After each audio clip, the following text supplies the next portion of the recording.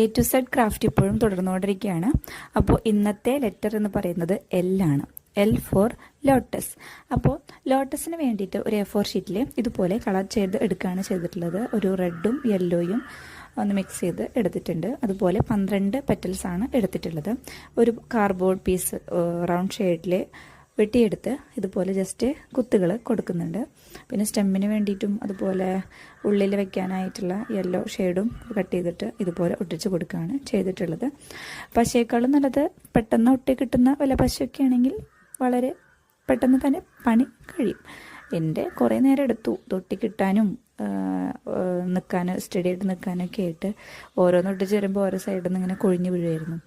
അപ്പോൾ ഫെവിക്കോളിനേക്കാളും നല്ലത് വേറെ എന്തെങ്കിലും സജസ്റ്റ് ചെയ്യാണ്. പെട്ടെന്ന് ക്ഷമയുള്ളവർക്കൊന്നും കുഴപ്പമില്ല, ക്ഷമയില്ലാത്തവർക്ക് ക്ഷമ പോകാനായി പറ്റിയ ഒരു ക്രാഫ്റ്റാണിത്. പക്ഷേ ഞാനിങ്ങനെ കിടത്തിയും മലർത്തിയിട്ടൊക്കെയാണ് ഇതുപോലെ ഒട്ടിച്ച് കൊടുത്തത്. പക്ഷേ ഫൈനൽ ലുക്ക് കണ്ടപ്പോൾ ഞാൻ ഞെട്ടിപ്പോയി. നമ്മുടെ ശരിക്കുള്ള താമരയെ പോലും വെട്ടിച്ചുകൊണ്ടാണ് ഫേക്ക് ഉണ്ടാക്കിയിരിക്കുന്നത്.